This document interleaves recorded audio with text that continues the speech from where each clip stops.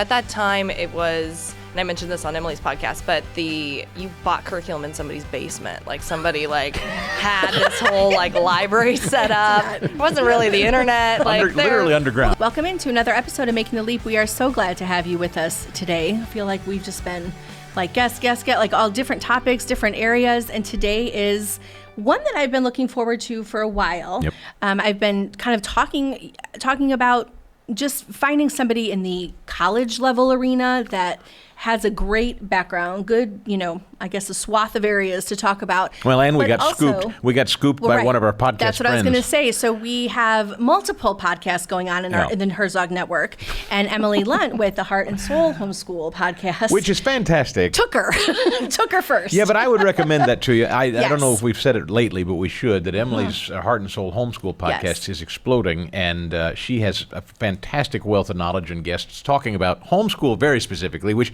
we don't specialize in, to be clear. And that's what I think is really cool, is that we have different audiences wanting different things. And so when I saw our guest for today on there, I was like, man, but then I thought, well, no, because we have different audiences with different purposes. And so this is our first crossover guest today, so I'm excited. So we have with us Allison Lassiter, who is a college instructor. She has a doctorate. She does a hybrid homeschool with her kids in private Christian schools. She's got everything. Was a product of homeschool. And public school and Christian school. She's done all three. So, how does it get any better than that? Turn the show over to her. So, Allison, thank you so much for being here today. Thanks for having me. I'm excited.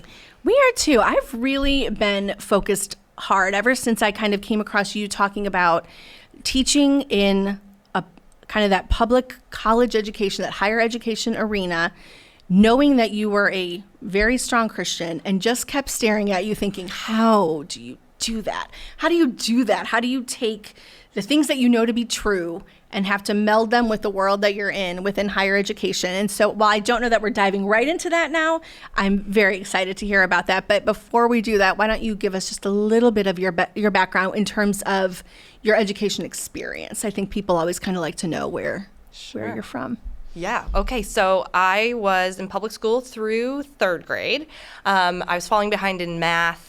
So not the typical reason that people are homeschooled. It was typically because, religious reasons. But they just weren't getting me caught up. And so my mom pulled me, and homeschooling at that time was a little bit unique. And so she homeschooled me 4th through 8th. And then in high school, I went to a school similar to the one my children are at, where we went 3 days a week, and then we were kind of homeschooled the other 2 days.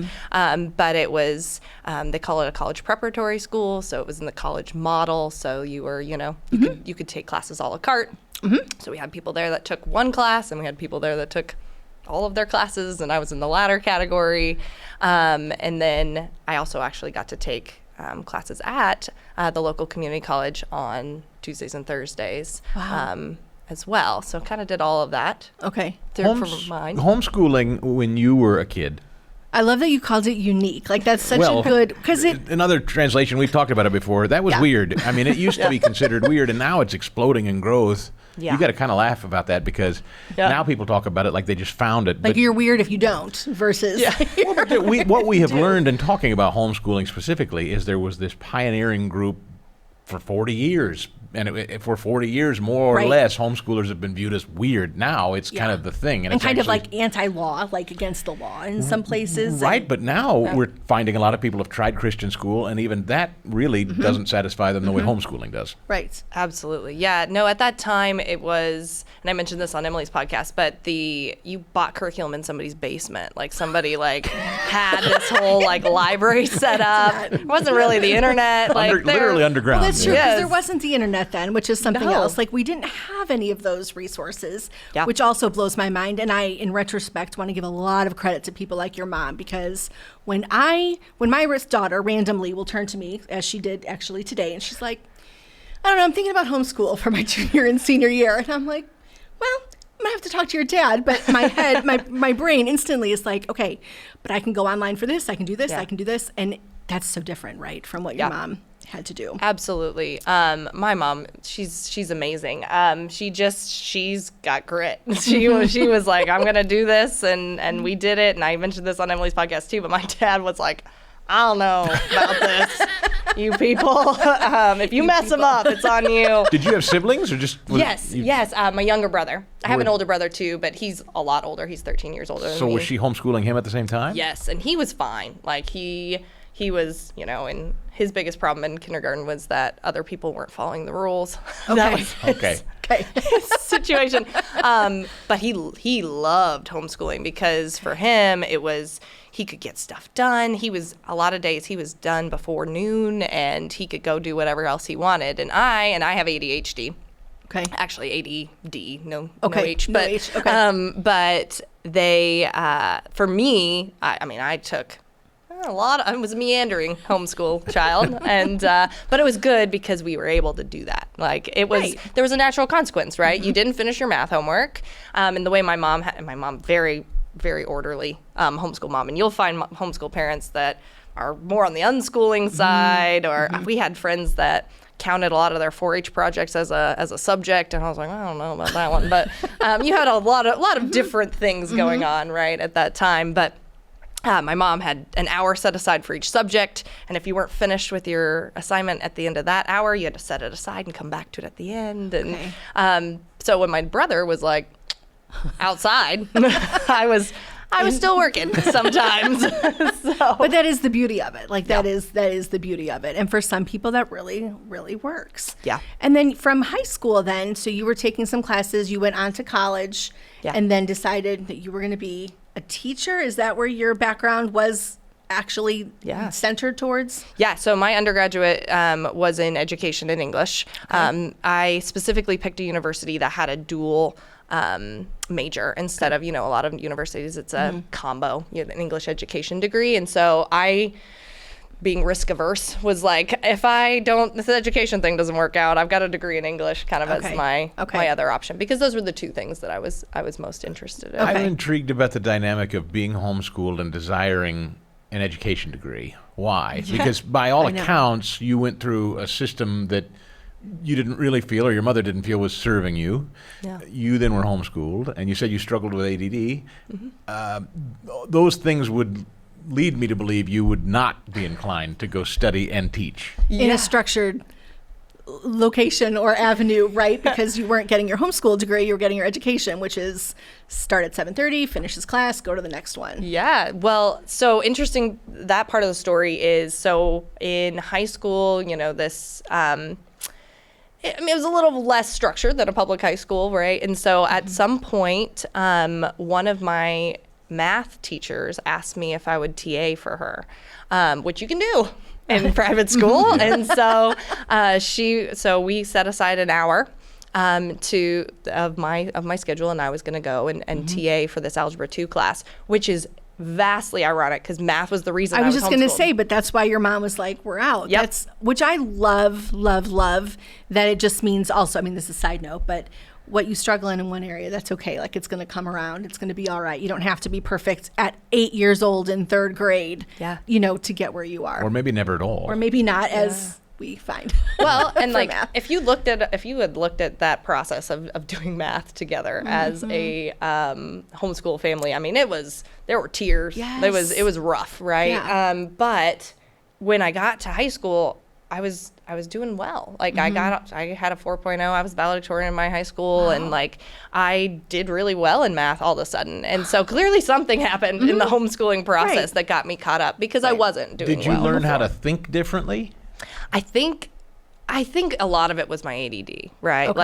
It was boring. It wasn't something I was particularly interested in. And so when I had that structure where if I didn't get it done, it didn't go away, right? Like where it did in public school for me, right? I was like, all right, well, we're moving on to the next thing. They couldn't stop for me. Yeah. And so when I had that natural consequence, and honestly, learning strategies, my mom did a lot of work with me about, she would take my math homework sheet and she would fold it into smaller, into like quarters. Yeah. And so that I could only see like 5 problems at a time. You weren't overwhelmed by the 25 started. that were sitting on the page. Yeah. So I think the biggest thing I got out of that experience was learning how to learn. And then when I got to high school, I got to actually use those tools. And so So anyway, so I'm in the class, I'm TAing, and the teacher that I was initially going to TA for left the school, and I got this other guy who would be that, if you had a caricature of the absent-minded professor guy, he was brilliant, but oh man, he could not get it. He taught calculus usually, and so Algebra 2, he was not getting that on their level. Like that was a struggle for him. And so I sat in the back of the class, and I would jump in, and that was essentially what I would do. When I would look at their blank looks in that classroom, I would translate for him from his speech, because I had already taken the class, right? And I would translate, and then we would get there, right? And so that was when I said, this is what I want to do. That's really cool. So it was less education in terms of, I don't know, the structure piece, but more, here's how I can help students figure out how they can learn so that they feel successful versus not. Philosophically, smart people, I always found this particularly with math, some of the smartest mathematicians and people who taught it didn't know how to teach it. They couldn't dumb it down for me. I don't think I'm unintelligent, but my brain just doesn't process math the way he or she was trying to teach it. Yeah. And I think as a kid, you think, well, I'm stupid. I can't get this, and they're real smart. I wonder if that dynamic is broken down because of, homeschooling maybe would have better served me looking in the rearview mirror so that I wouldn't have felt so dejected, and maybe I would even learn to like it. Yeah. I have an adversarial relationship with math because I could never grasp it. Is it the way it's taught? Is that what we're learning? It can be. There's actually a whole swath of research about math trauma. And so specifically about math, because of things like time tests and different things that caused a lot of anxiety. And okay, I know how to do the problem, but I want to check it, a couple times before I move on. Well, you can't do that in a time test, and different practices. Since math was not the area I taught, I didn't read too much of that, but you could find a whole bunch of stuff out there about math trauma. And I don't know why it's math specifically, but it does. There's definitely a lot of people that feel like math, you either get it or you don't, and it's ingrained. And that's part of that, like, I don't know if you all have read about fixed mindset, growth mindset, and some of that research, but math, a lot of times we put in that fixed category. You either know math or you don't. And I think in other categories we can go, oh yeah, like I'm really good at speaking, but I'm maybe not as good at writing. And we tend to think of that in a little more malleable way. That is so interesting. I never, ever, ever in all my years of school did somebody beat up on another kid because he or she couldn't get up and speak. That was acceptable. But there was something so not acceptable about not grasping algebra.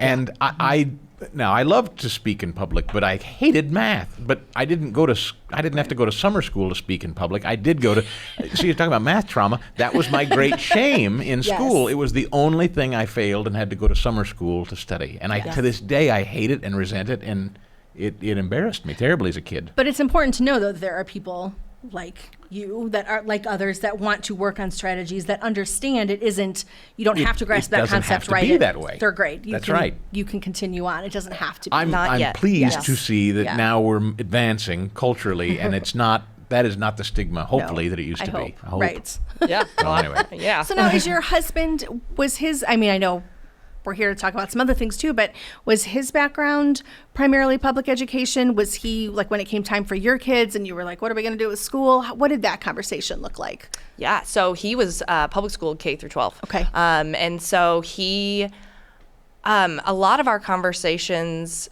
has probably a lot, we talked about the homeschool movement exploding. A lot of that had to do with ideologies that were seeping into school. And so he actually listens to your political podcast. Yeah. So when you all came to our church, he's like, I think I know him. But anyway, so he's apologize always in advance for that. Well, he's had his finger kind of on the pulse of that. And so for him, he's starting to go, oh, I don't know what's seeping in, to the public school system. I was teaching public school at the time, and I was just saddened by the fact that my students couldn't write. And I was like, I just don't want that for my kids. So that was the first hole in the dam, if you will. And so both of us were going, all right, so what what are our options?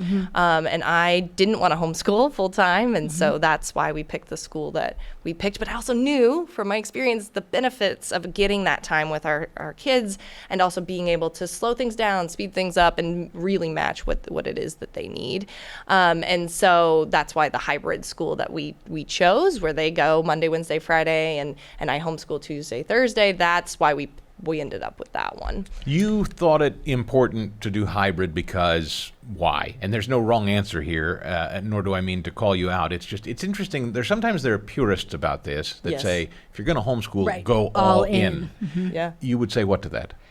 Well, I would say every family's going to be different, and what your needs are But I is going to think be that different. just that statement alone is really, really important, because the purists, the people that we do come across that are like that, really don't have a lot of room for the idea that there are families that, while I do believe each child is definitely our responsibility and we should not be thrilled to hand it off to anybody, I do think there is something about, well, I'm going to work.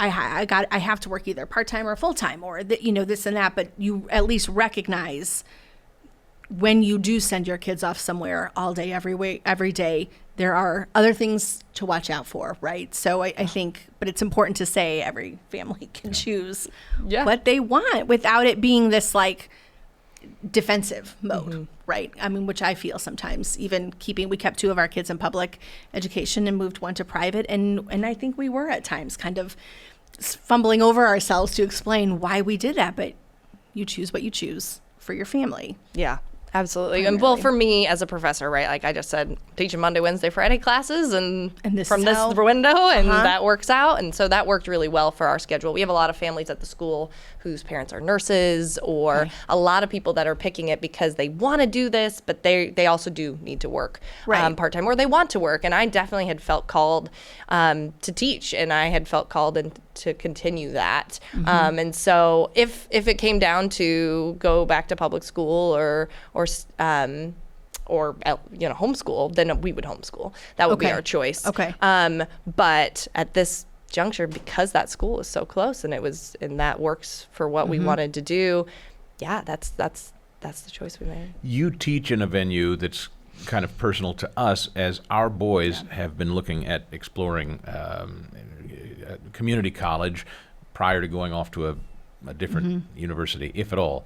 And I wonder if culturally now, because you've seen the homeschool movement explode, I wonder if young people are now gravitating more toward a community college setting, avoiding the trap, I call it a trap, of giant tuitions and ideologies, perhaps. Maybe it's both. I'm intrigued if you've seen this impact what you're seeing in your college where you teach. My students, yeah.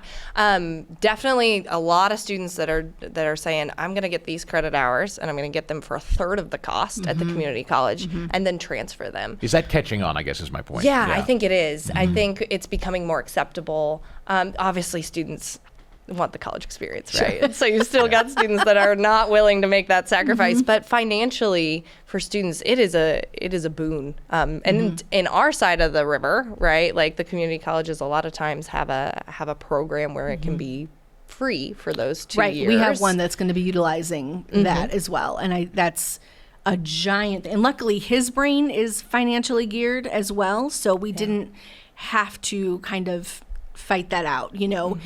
I'm blown away that exists for us, and I know that I'm sad that it does not for a lot of states. But yes, I think that's a big piece of it. Yeah. So you see it for financial. Do you see it ideology at all, making a decision? Where do you see that? Well, I had a student last semester who was he was like, I am not into this woke school thing, and like I'm not even sure I want a degree, and I think he's ultimately deciding to go with a certificate program, but he was like, we'll see, we'll see. And so his dad was a music pastor, and like he was very tuned into kind of some of the stuff that's happening at the university level, which I'll say at the community college is not nearly. It's not nearly That the was same. going to be one of my questions for you. Is I know I'm thrilled that both our children, our older ones, are going this route right now. It kind of keeps us in a little bit more contact with them, and we can kind of touch base on what's happening in this class. How are you doing? What's the professor like, or the instructor? What are they doing? But do you see, I know you said it's not as prevalent maybe as it is in a lot of four-year colleges, but it must be. There must be. Yeah. Issues. Like we've got all the same departments, right? Like they all exist. We have affinity graduations. We have some of that stuff.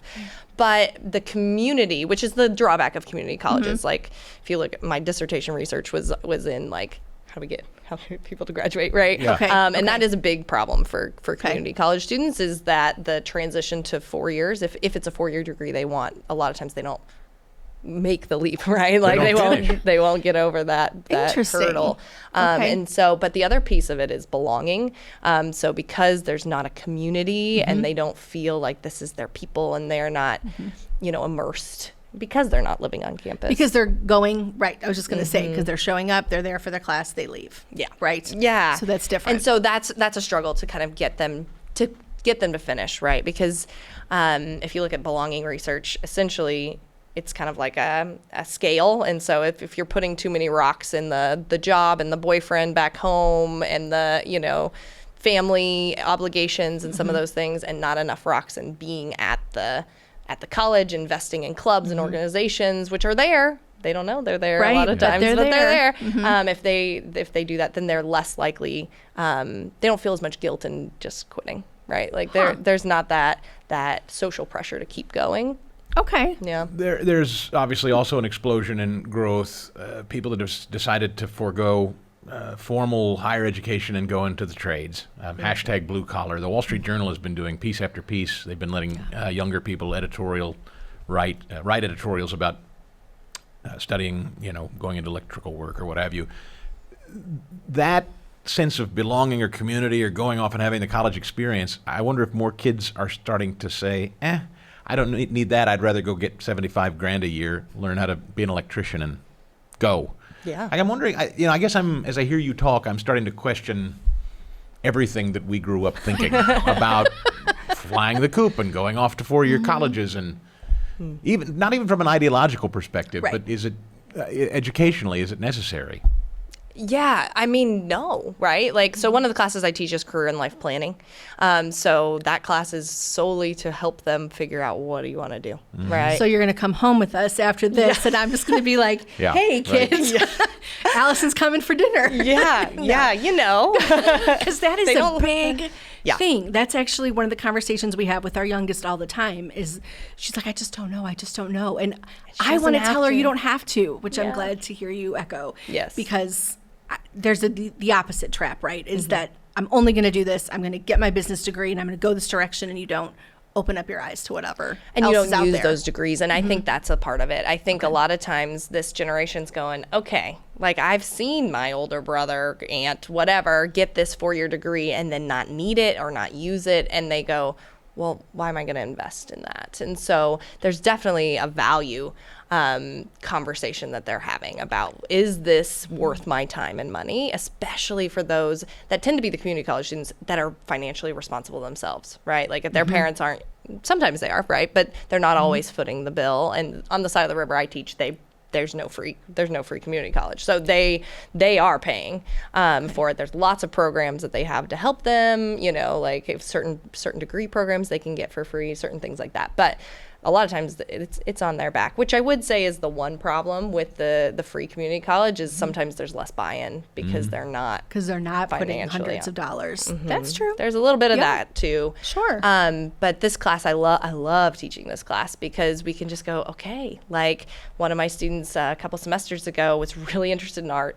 I was really interested in science, and how do you bring those two things together? And as we're going through some of these inventories and these surveys that she's taking, we came across the career of a medical illustrator, and she's like, that might be it. Wow. Like that might be it for me. And so just getting to do that exploration with them versus being an English teacher where you're grading their papers and you have an adversarial relationship sometimes. Like this gets to be a little more friendly. Yeah. Absolutely. It's so rigid, the whole thinking. Here I am pushing 50, and I'm realizing really for the first time that my dad's generation when I was going through high school, it was just that you're going to go to college. You must, because Dad always told me he didn't finish his college degree. It was his biggest regret, and he didn't feel he advanced culturally, societally, professionally like he could have if he'd gotten that degree. So he imparted that to me and then said, now you got to go get a 4-year degree.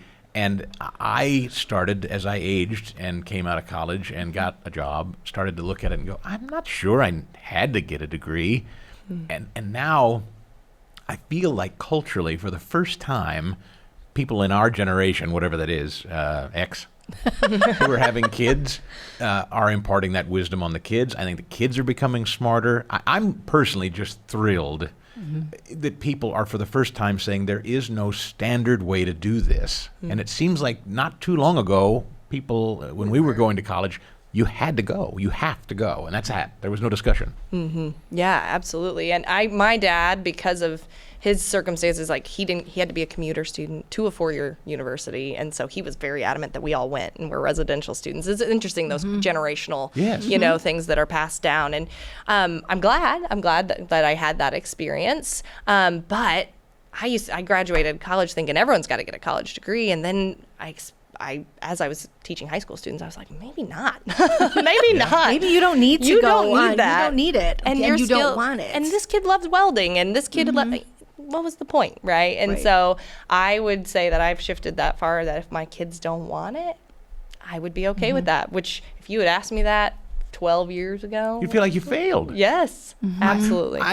Yes, as a teacher, I look back on some things that I said and did because that was the norm. And I just think, can I find you? Can I find you little, 30-year-olds, and just say I was wrong. I was wrong on pushing what was really an agenda that was being filtered down. I mean, it was not as hard in the middle school level because that's what I taught, but it was there because we were getting them ready for high school, which was getting them ready for college. And I just think, I don't know that had to be there like that. And think about there's lots of reasons for all the anxiety and depression and all of that, social media and all the things, right? But I have a friend whose daughter is, I think, going into her junior year. Okay. And since their freshman year, those counselors have just been pushing, what are you going to do? Where are you going to go? What you need to make sure all of this is in line. And she already struggled with anxiety. They actually pulled her during COVID and homeschooled on a virtual, online school for a year just because of it. And they in that situation, that's not what she needs. She did not need any extra pressure. She was already a good student. She already cared about her grades and doing the right things. But when you're pushing a message that's universal, right? That kid over there that is slacking might need to remember that. Right. But this kid over here, it's causing a lot of stress and anxiety that's maybe unnecessary. Which then comes back to the argument that I think effectively homeschool parents make, which is all of these kids are ours. They're God's gift to us, and we're to be their custodians and their caretakers. And so that means we really are best served and suited to treat them and teach them as individuals. And these are more from my own realizations. Everything was just warehouse mentality for so many years.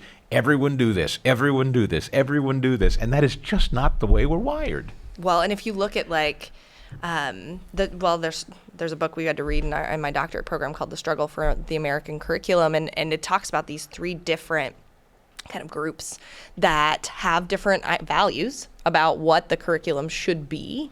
And at a point, it was to be factory workers, right? At a point, it was standardized, and it was designed to get people efficiently the basics that they needed to be able to be an effective factory worker. And so you have vestiges of this still in public education.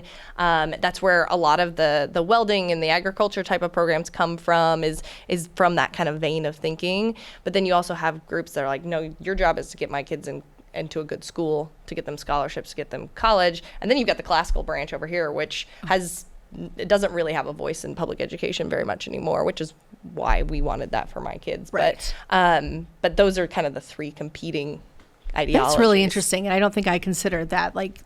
That does make things very hard, especially probably on the classical end, because I even see it on a lot of just different Facebook groups that I'm in where, is this book okay for my child? Is this book not okay? And of course, a lot of it is looking at it from a Christian perspective, but even within that, I come across a lot of that's an old book. Why would you use that book? And why would you do this? And no, and it's an old book, so it's got all these horrible ideas in it that don't exist. It's just this big conflict. And so I can see that. I didn't really give that much credit, I guess. Now that you have kind of run the panoply of education, I mean, from teaching at community college, four-year typical college, public education, homeschool, hybrid, you've really been a product of or sampled it all. Yeah. Do you endorse any particular one over the other, or is it, as we've just established, it per the individual? Yeah, I think you have to think about the individual, and like you all have had different decisions with your kids. Honestly, if we get to a point with one of our kids that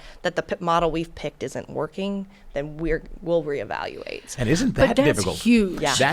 Isn't that strange? This is the other mentality. Well, now that we've picked a lane, we have to stay in that lane for 12 full years. Why do we do that to ourselves? Right. We don't have to. Well, I think it's such a decision, right? To figure out what you're going to do with education, that we're like, we don't want to do this again. Like, this is it forever. And like, and that's another thing that the homeschool community is very good at, is that idea of like, it's not working, we do something different. And they're less married to some of those tracked mindsets. And Absolutely. So I sure hope that we're there. I sure hope that at 12th grade, we're all three of my kids are walking across the stage at a classical school that allows me to be a part of their education. That's what I really want for them. But if that's not working, and that's another part of my story too. So I went to this school that was collaborative and 3 days a week, but my little brother went to a 5-day-a-week traditional Christian school. Okay. So my mom made those decisions, and my dad made those decisions to put us in different lanes. And my brother is he likes things, he's linear, he likes things to be routine. I think he makes mayo every week, on a Sunday. Like, it's still this way, right? Gosh, we could not be more different. And it's the beauty of the homeschooling environment, is we really got to be best friends. And so that was beautiful, especially because we were so different. If we weren't together as much, I don't know if we would have been. But they picked something different for him because he just needed something different. Right. And I think that was, and sports-wise, and there was other elements to some of that, but that was a cool thing that we got to experience. I think that's something else that I would wish I could go back and kind of undo. I mean, it becomes a cliche, but we can't have that one size fits all mentality. And I think to an extent that is what happens. Even as programs are put in place in schools to ensure that doesn't happen, it is still happening. And if there's one truth I've learned, is that we have 3 different kids of our own. I'm an expert today, but tomorrow I might not be with one of them, because they just might, change their mind on something, which means we have to change. And I think that is something that I wish I had thought of much sooner, that we encourage parents to really be thinking about, is that you can do it. You can do one kid here. It's hard. It's hard. I mean, running between 2 schools for the last few years has been hard. Yeah. You can do it, but and there's a cost and there's a sacrifice. But I think that's ultimately what God is telling us, is that He gave us all these, gave us these 3 kids, gave you your kids to look at, to meet their needs, that you were going to be the best parent and ultimately make that choice. And if it means one kid's sitting at home for, with homeschooling, if one kid's not, that is an okay place to be. And we continually say that because I think everyone's looking for this perfect solution that's going to, like you said, take them through to 12th grade. And I don't even know if that really exists anymore. I just don't think it's there. Yeah, it occurs to me that so much of our rearing our children and educating them was based around get-togethers with adults standing around in the kitchen, a dip or something, having snacks and saying, well, what's he going to do and what's she going to do? And we're swapping notes. I don't know why we did that. I literally governed so much of my education for the kids through the prism of what is everybody else doing. And I do regret that deeply. I hope that's changing for every parent out there. I really do. Well, I think it has to be. I mean, even like homeschooling and all these other options are becoming more visible. It's not underground in the basement anymore. You can actually order curriculum. Yeah. But I think it would be awesome if there was some sort of just database of what are the co-ops in your area? What are the schools? What's available? Because it does still take work. It does still take a lot of Google searching to figure out, okay, so what schools are even an option Right. for us, and what's it going to cost, and what do they actually believe? Because you can't just say that's because it has Christian on it. It actually No, aligns with what you're right. saying or what you're believing, and what's their educational philosophy? Like all of that is a lot of mental hurdles to decide what's going to work. One thing I wanted to ask you, I know we're kind of switching, I want to kind of go back to a little bit of the college piece of things. Do you, as a Christian, feel like your values, your Christian ideology, your Christian beliefs do you feel like there's conflict with your beliefs within that arena of teaching? Do you find that to be something that is a struggle, or that it's a non-issue for you? So one of the things about being a professor versus being a high school educator is that you can say what you want to say, right? So I do have some freedom to express those beliefs. I wrote my students a textbook this last year for career and life planning because I just didn't like the one that they were using, and I was like, I think we can do this better. And it still needs some stuff. It still needs some work, but one of the things that I was finding in a lot of the reading I was doing was that there's really 3 prongs to career success, right? To feeling contented in a career, and it's autonomy, that you have some control. Whether mastery is the word I'm looking for. Mastery, and so being able to be good at it, it actually meets your God-given talents and skills. But the third one is purpose, and that is so biblical. Like, it is the way we are designed, that if God has created us to do certain things and we feel like we're making a positive impact, then we're more content in our careers. And so I'm saying it in that way. You know what I mean? Like and for my students, I get to have one-on-one meetings with some of them, and the ones I know are Christians, I can say to them, look, because this is coming out of your belief system, and that you're not going to find purpose outside if you are doing something in opposition to what you believe you should be doing. But you could also say that to the environmentalist kid, you know, they're like, maybe you shouldn't work for an oil company, you know, like all of that. So kind of giving them that umbrella of looking at careers has been helpful, and a kind of way to show them there is an underlying system that if you ascribe to it, things will go better. Teaching purpose is, I would think the lack of it is exactly why you see so much depression and anxiety. Kids grow up not understanding that, which is why they're so pliable, frankly, and nefarious actors can get a hold of kids who think there is no real reason or rhyme or reason why we're here, that we aren't uniquely created and there is no purpose. I think that's how kids get so psychologically manipulated. Well, and I think too, no purpose, or the idea that it's completely intrinsic and there's nothing guiding you from anywhere else. You know, that it's all, I can do it, I pull myself up, I'm hustle, that whole hustle mentality, all those things coming in where you take the absence of God and throw all these other ideas, I think would play into that. Do you see some of that? Do you see things like that happening, like that kind of that cultural push of you can do it, you, and it's all on you and you don't need anything else? I mean, is that pretty prevalent? Well, think about how heavy that is to tell a 18-year-old who's trying to figure out what they want to do for a career, and you say you can do it. It's all internal, and if you do enough, you'll make it. And then also conversely, if you don't do enough, then that's on you too. But also that egocentrism of everything's about us, and it's going to be about the money that we make, or the popularity that we can achieve. That's, first of all, we know as Christians that's hollow.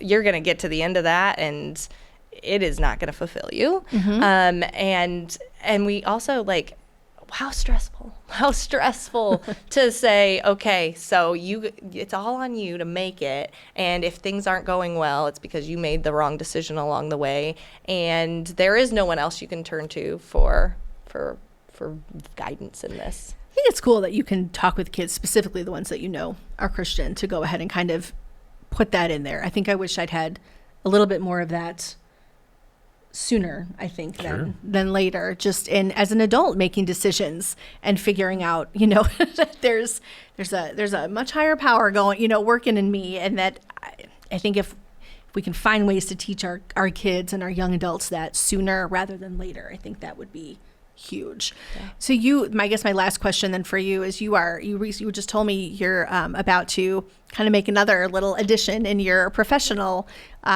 career. I guess you've been teaching at a kind of a public college, and now you're moving into a Christian college for part-time purposes. Yeah.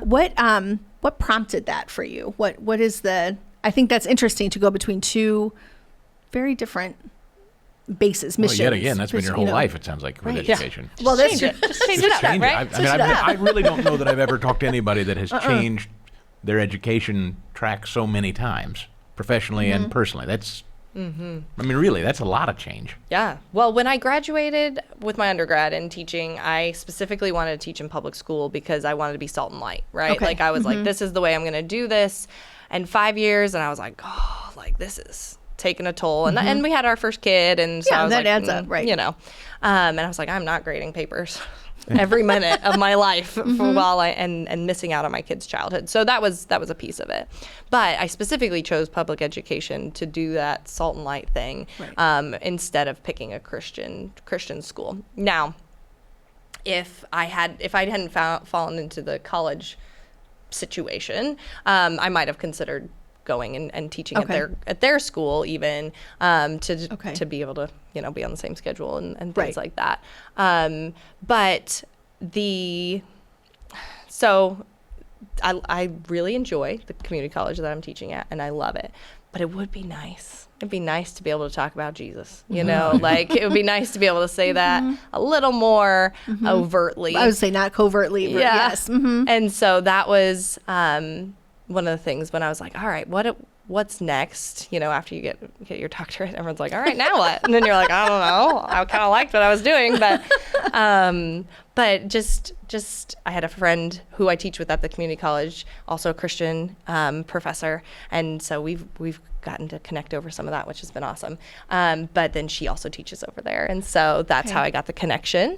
And so I was like, that also sounds great. And so if that's where God leads me to be more involved there, I don't know where I'm at. I'm kind of, you know, just picking up things. And what we know about you is if you don't like it, you'll change it. You're going to change it. Or you're going to write your own manual. You're going to do your own thing. I mean, love that. That's the lesson. In fact, that's probably the title of the show. You don't like it, change it. We have to have that mentality, I think, as parents, as educators. We're too rigid. Yeah.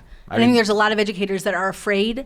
I mean, I've talked to multiple teachers, and it's always like that back channel, like, I really don't like my job, but I'm not sure, I can't make that leap, I can't switch it up. But yet you can. I think you can, and you know you can, because you have a faith that is telling you can, and you know you have something else relying on, you know, that purpose driven piece is there. But I think that's something for teachers specifically and parents to think about, that if you don't like it, move. But if you're feeling called, listen to that as well. Yeah. If you're feeling like you've got that bent to do something. Allison, it was great to meet you.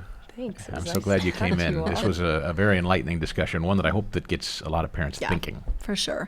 If you are interested in searching out any of our other episodes, we have them all through all the different platforms. Yep. Check them out. Leave us that 5-star review. We always appreciate that, and we'll see you back here next week. Making the Leap is a podcast presentation courtesy of the Herzog Foundation. We'd love your feedback by rating us and commenting on the show. And don't forget to subscribe so you never miss an episode. And thanks for joining us. We'll see you next time on Making the Leap.